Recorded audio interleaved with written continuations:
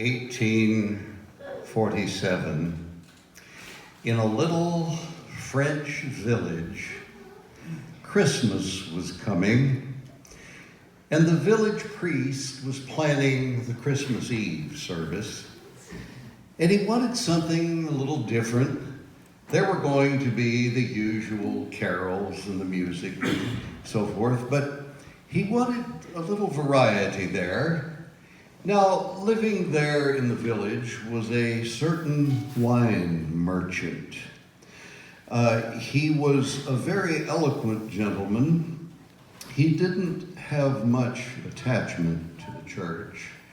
He was more poetic than pious, it seems.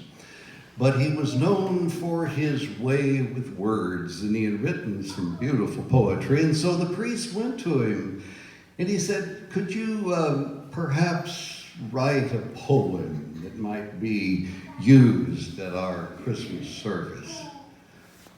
You know, something having to do with Christmas and the birth of the Christ child.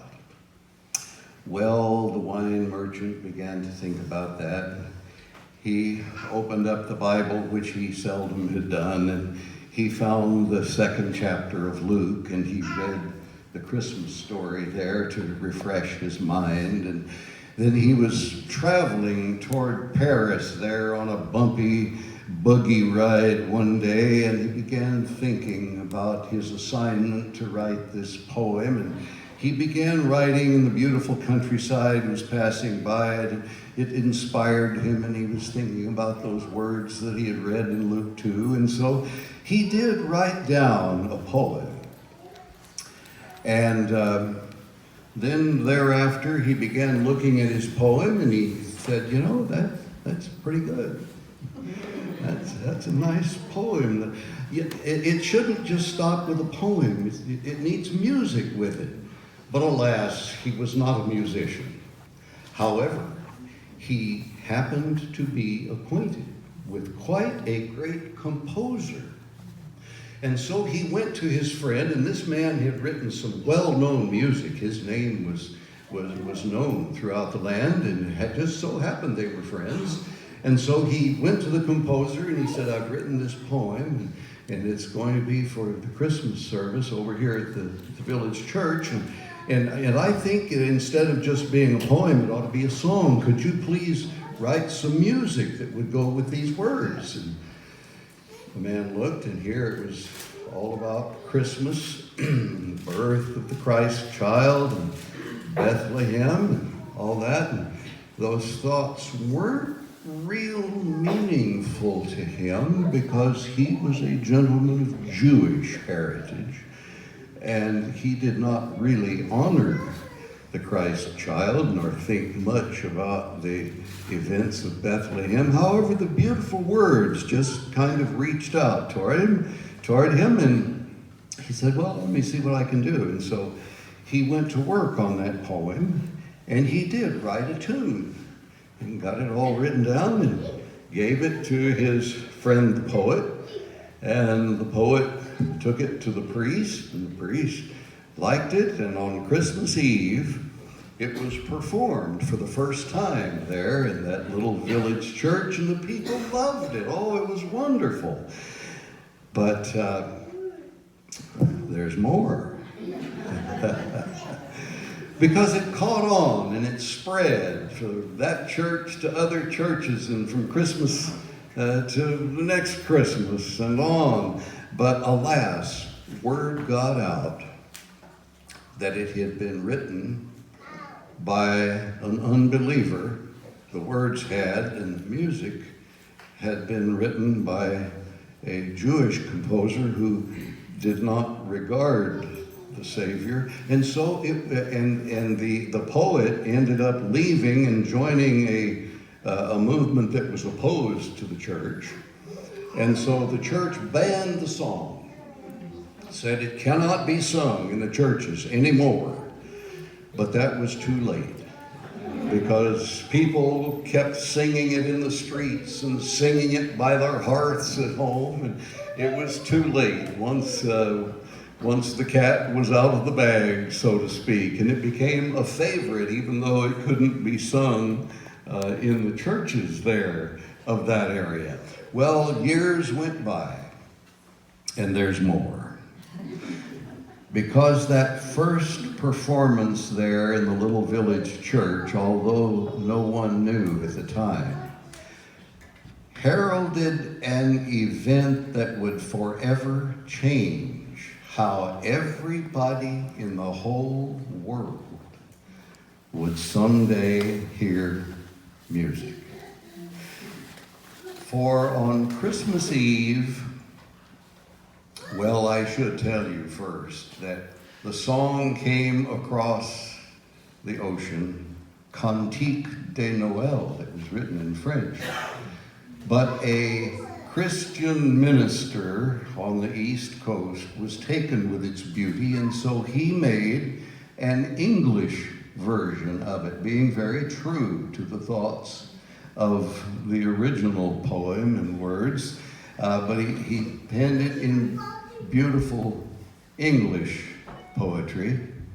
And so on Christmas Eve of 1906, a laboratory assistant of the great Thomas Edison was there. Now, in that day, the only way of real-time, long-distance communication was dit-da-dit-dit-dit-dit-da-dit-dit. You know what that means, Richard? Yes, you do.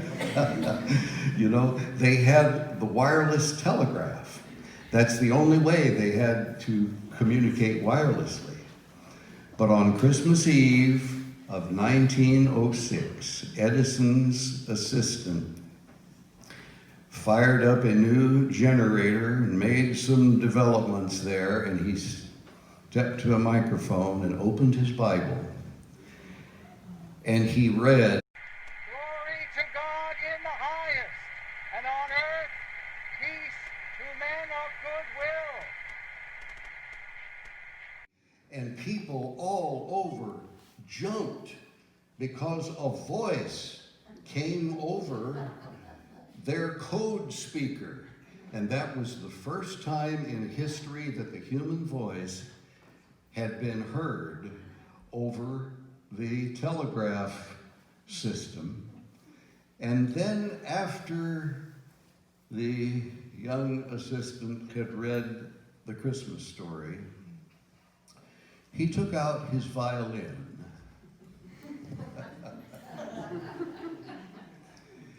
And he played the first musical notes ever to be broadcast wirelessly over the air. And now, of course, we take that for granted. We turn on the radio, we turn on Pandora, we have music wirelessly all over the world, but these were the first notes ever heard over there. Well, I suppose the first ones since the angels sang over the hills of Bethlehem. But this is how it went.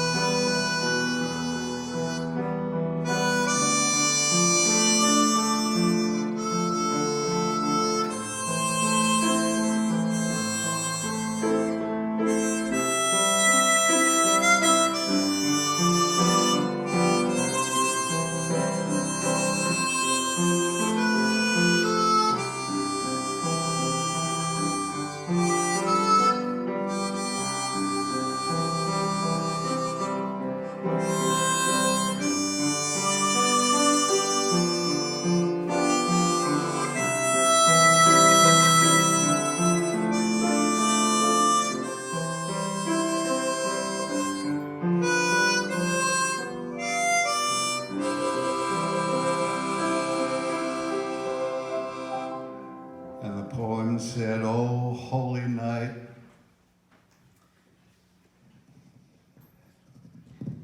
it is the night of our dear Savior's birth.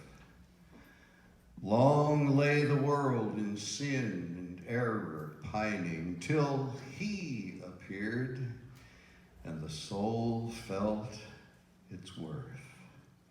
A thrill of hope, the weary world rejoices, for yonder breaks a new and glorious day.